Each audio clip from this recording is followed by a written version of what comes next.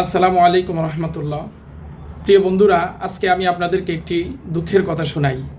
কিছুদিন পূর্বে আমি একজন ব্যক্তিকে কিছু টাকা ধার দিয়েছিলাম। একটি হাদিসে আসছে, মানুষকে সাধারণ দান করার চেয়ে টাকা ধার দেওয়া সওয়াব বেশি। এই হাদিসের উপর আমল করার জন্যে ওনার হাজতের কথা শুনে কিছু টাকা দিয়েছিলাম। উনি অল্প কিছুদিনের ভিতরেই টাকা দিয়ে দিবেন বলে ওয়াদা করেছিলেন। আজকে 3 মাস পেরিয়ে যাচ্ছে, ওনাকে ফোন দিলে ফোন রিসিভ করে না। কেমন লাগে বলেন তো? আমার মোবাইলের দিকে তাকিয়ে দেখুন, আমি কয়েকটা স্ক্রিনশট দেখাচ্ছি, যেখানে দেখা যায় বারবার ফোন দেওয়ার পরে উনি ফোন ধরতেছেন।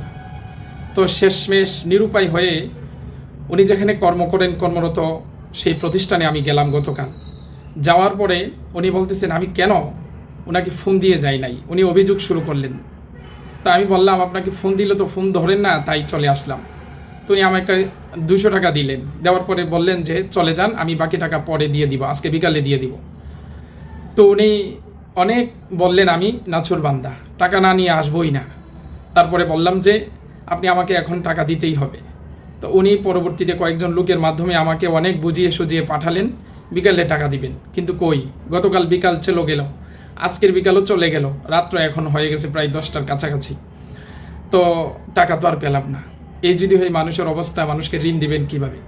হাদিসে আসছে, যিনি ঋণ দেন তাকে আল্লাহ তাআলা 2 গুণ ডাবল সওয়াব দিবেন।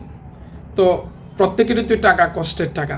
এই টাকা দিয়ে সে ব্যক্তিগত হাজত পুরা করে, পারিবারিক সমস্যা দূর করে, আরও অনেক কিছু আছে, স্ত্রী সন্তানের এই হাজতগুলি পুরা করে। এখন এই কষ্টের টাকা যদি আরেকজনকে ঋণ দেওয়া হয় আর সে ঠিকমতো ঋণটা আদায় না করে, তখন কেমন লাগে আপনারা বলেন তো? তাই আমার অনুরোধ, আমার আবেদন থাকবে, যাদেরকে আপনারা টাকা ঋণ দিবেন তারা যদি সৎ হয় এবং আমানতদার হয়, পাশাপাশি ওয়াদা রক্ষাকারী হয়, তবেই আপনারা ঋণ দিবেন। এছাড়া কাউকে ঋণ দেওয়া আমি ভালো কাজ মনে করি না।